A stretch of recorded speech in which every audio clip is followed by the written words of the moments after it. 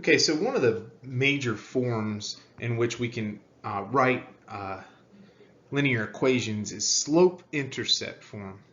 Slope-intercept form, I mean, it's called slope-intercept form because it gives you the slope and the intercept. I mean, we're genius here. So this is the form y equals mx plus b. The slope is m, right? And that we already figured that out before we talked about that, and I have no clue why it's m, but it is. The b is the y-intercept.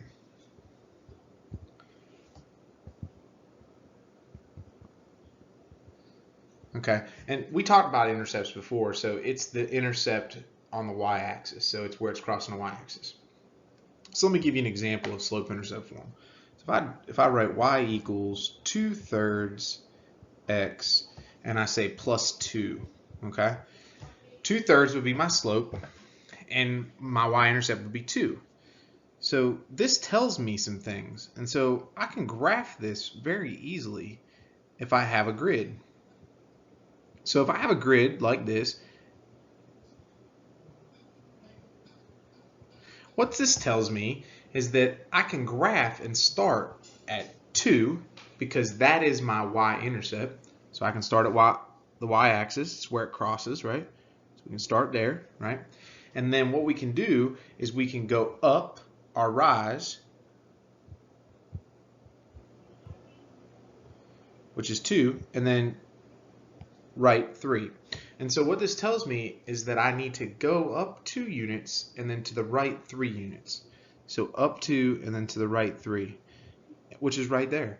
And so what you have then is you have a line that is created because of this. You can go either direction with this too. And so slope-intercept form is very valuable because if you can put an equation in slope-intercept form, then you can graph it. And you can graph it very easily using the slope and the y-intercept. So this is a positive slope because it's going from left to right, it's going up. And so that makes sense since m here is 2/3. It's going up 2 and over 3. So it really just kind of depends on what your slope is, okay? If you have something like where a slope is negative, let's say 2 over 3, well, that would tell you that you're going to go down instead of up, but you're always going to go to the right. So if you have a negative, you want to make sure that you're always going down first and then to the right, okay? Always to the right. So the negative tells you whether or not you're going up or down. If it's negative, down. If it's positive, up. And that's why we went up here.